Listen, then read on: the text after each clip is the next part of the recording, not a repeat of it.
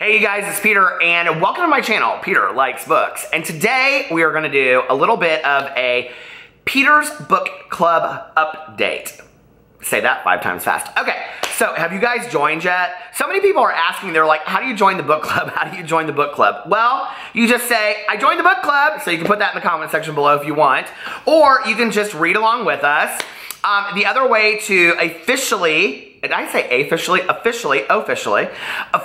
join Peter's Book Club is it is over on Goodreads. It is a group over there. It is listed below, so you can go check that out. I think currently we have something like 380 members. I cannot even believe it. Honest to God, when I started this whole thing, I thought I would just, get, I don't know. I thought I'd get like maybe 20 or 30 people that would join up with it and do like the reading. And I'm really, really excited about it. I have books over there listed all the way through, I think, August or September. And I'm coming up with the books that we're going to do next. So many of you out there have recommended books to me that you think that we should read.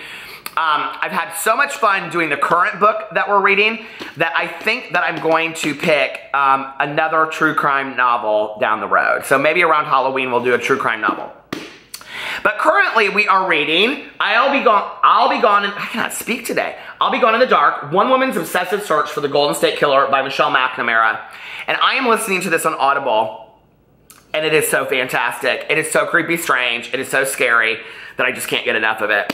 And it kind of gets scarier and scarier and scarier as you read the book. I'm not going to spoil this at all for you, but it's very interesting. And one of the things that you need to know going into this book is that they just recently found the Golden State Killer. So for those of you that are reading this book along with me, this is really for you. I'm just going to say some things I think are interesting. On the thread, so I have threads for each book on the Goodreads group of people that are talking there. One of the things that somebody said was that there are YouTube videos of him speaking like years ago and calling people and prank calling them on the phone. It is so creepy. I listened to it last night before I was going to bed and that was the wrong, I was playing it for my husband and he was like, that's not creepy. I was like, that is so creepy, okay? So let me just tell you, and I'm not going to link it below. I'm going to make you go look for it because if you put in Golden State Killer voice, it comes up. But if I link it below, people go listen to it and I just don't want to be responsible for that because it is very spooky. So if you don't know, what you don't know is a lot. The Golden State Killer, who recently was caught like literally 2 weeks ago. He's 72 years old. He supposedly is in a wheelchair, but a lot of people are saying that he doesn't need a wheelchair. I don't know. But the book is about how they tracked him down forever. And his murders went up to, I think, like 86, and then they just out of nowhere stopped. And he began as a serial rapist, and then he became a killer, and he killed a lot of couples and things like that. It's very interesting. And one of the things that's really scary about it is kind of what he did before he would, like, go into these people's houses. And he would, like, call them and, like, talk to them on the phone, but, like he would say, like, I'm gonna kill you. Or he would, like, hang up on them. He would stalk their houses. He ransacked a lot of the houses in the neighborhoods around and went in and stole stuff. So it wasn't just like, he went in and, like, killed 5 or 6 people and that's why he's called a serial killer. He really demolished several communities during that time period. And it's really scary when you hear what people did. Like, people didn't leave their windows open at night. This was when they were putting, like, the fencing over the windows. I mean, it's so weird to think of living at that time and being so terrified. A lot of dogs, people were getting dogs because they wanted to be protected. And one of the things they would notice is that, like, a lot of things in their backyard had been moved, and that things, like, I'm looking at my backyard, like, has anything been moved? But anyway, that things had been moved, and it would make, what they realized later was that it was easier for them to, like, get him in somewhere, and all this kind of stuff. But the most interesting thing about the book is how they track him down. And I'm assuming because this book was finished a while ago, and a lot of it comes from her notes that she kept, because the author has since passed away. And I have not gotten to the epilogue, obviously. I have literally, I think I have 2 hours left on the Audible. And if you want a good audiobook, this is a fantastic audiobook. I love the narrator. It's so creepy strange to listen to. It's narrated very, very well. The only thing is, and I think you can get, I think it says at the beginning of it that you get like the downloads of all the pictures and stuff. So you don't have to buy the book to see the pictures, but In here, it has like pictures of the writer. It has like pictures of the police officers that were involved in the investigations. It has some of the victims in here. It has some of the reports. So there's a lot of really interesting stuff in the book.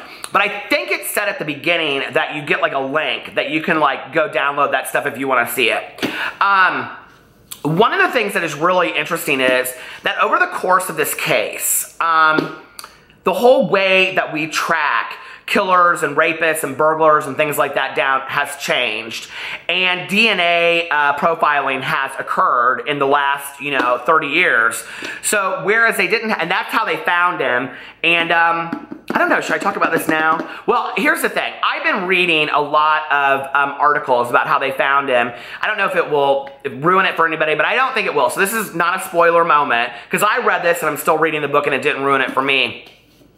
But they apparently found DNA of his at a site, and then they went and they tracked it back to somebody, like whoever the person was, like their great-great-grandparents, and then tracked it all the way down to this guy living where he's living now at 72 years old. And that's how they found him. So he was really with all of like DNA evidence as well as the evidence that they have. It's really interesting in there because there's the part that I just kind of finished like a half an hour ago. She goes in there and she talks about these forum message boards where people talk about like unsolved crimes and cold cases. And she is convinced that it's going to be one of the people in there that solves the case, because she said, that there's always a police officer that wants to keep the case going forever and ever and ever, but there really isn't any more evidence to go on, so they can't do anything. But all these people in these forums and these message boards continue to come up with, different, solutions or philosophies of what really happened and where this person is. And it's very interesting, her talking about it. And like I said, I haven't finished it, so don't ruin it for me. But reading it and knowing how they caught him, it's like she had all the pieces and didn't even realize it. It's like so strange when you're reading it, One of the people in the comment or in the thread on my group said that one of the things that's so fantastic about it is it's not like atmospheric. It's not written with flowery language. There's not tons of adjectives. When she's talking about her part and like going somewhere or interviewing somebody, she does kind of get into that a little bit. But the facts of the case are very, very just like And it seems similar to me. Not of a lot. There's a lot of true crime novels that I've read that are very flowery. Not of that, but it reminds me so much of Helter Skelter. And the way that at the beginning of Helter Skelter, it talked in there about like, she does go in there and say like it was a hot August night or whatever, but like she doesn't go into any more than that. And it reminds me so much of Helter Skelter. So if you loved that, you'll love this. And I haven't finished Helter Skelter because it's so long. But where, she'll go in there and she'll say, this happened, this happened, this happened, this happened. The same way like when the maid was coming into the house on Cielo Drive in Helter Skelter and she finds everything. And how it was just like you felt like you were walking with the maid in that scene. That's how this feels. Like you honestly almost feel like you're one of the people in the house. I don't know, like maybe not everybody is going to get the same feeling that I did off of this. I just think it's like incredibly, incredibly creepy. And, but very well done. I'm very impressed with it. And the way that she breaks it down. The other thing is that a lot of this, my beard is itching me like crazy. I don't know why. Another thing that's interesting is that many of the parts of the book are taken from her notes and recreated because she didn't get to finish the novel before she passed away. And it's just kind of like, I don't know, where her fascination with finding serial killers, or specifically this one, the backstory of how she gets fascinated with this is almost as interesting to me as the story itself. And I don't know if anybody else found that, but for me, it's like, and I'll do a full spoiler-free review of this when or maybe I'll do a spoiler review of it, I don't know, when I finish it, because I want to do that for this channel, because I'm, reviewing every book. But when she goes in there and she talks about her family, and there's an incident that she talks about in there towards the last third of the book, where she has a similar kind of experience with what's been going on with these other people. If you've read that far, you know what I'm talking about, with her neighbor. And it's very creepy. It's like it almost comes to her doorstep, And when you know about like how she got interested in all this kind of stuff, it was really making me think about like my own interest in this and why I love mysteries and thrillers and why I love whodunits and why I like to read, about this kind of stuff. That being said, I want to tell you one thing that I love about this book that I don't find in a lot of other true crime novels is that she's very, very respectful of the victim. And one of the things I have said in my other videos that I've done, when I did a video on my main channel about, you know, going to the Baumeister estate, he was a serial killer in Indianapolis, and talking about that, is that at some point we kind of lose respect for the victim because so much attention is paid to the killer. And I'm a big believer that I think that we should also pay attention to the innocent who have fallen. And she does that. And with such respect, she makes the victims in the book very human, and she tells their stories and even does like a lot of follow-up on them and what happened and their family members and things like that. And it's just fantastic. And it's one piece that I haven't seen done in a lot of true crime novels, and I've read my fair share of true crime novels. So with that being said, I'm going to go and I'm going to finish this because I've got 2 hours left and I want to finish it. Our live stream discussion will be Sunday at 4 p.m. Eastern Standard Time on my YouNow channel.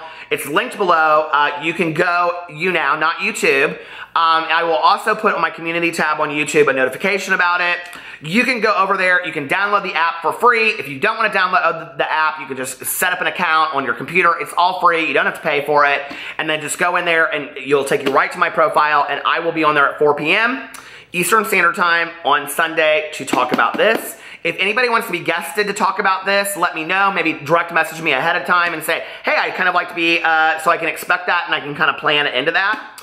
But I would love to guest some people to talk about this as well. So I hope you guys are enjoying the book as well. The next one that we're starting on Sunday, this upcoming Sunday, is She's Come Undone by Wally Lamb. It is available almost at every half-price books, Amazon, everywhere, Barnes & Noble. It's on Audible, everywhere that you can find. So go check out She's Come Undone. I cannot wait. I haven't read it in 20 years, and it was one of my favorite books back then, so I'm really excited about reading it again. Anyway, I love you guys, and I will see you tomorrow.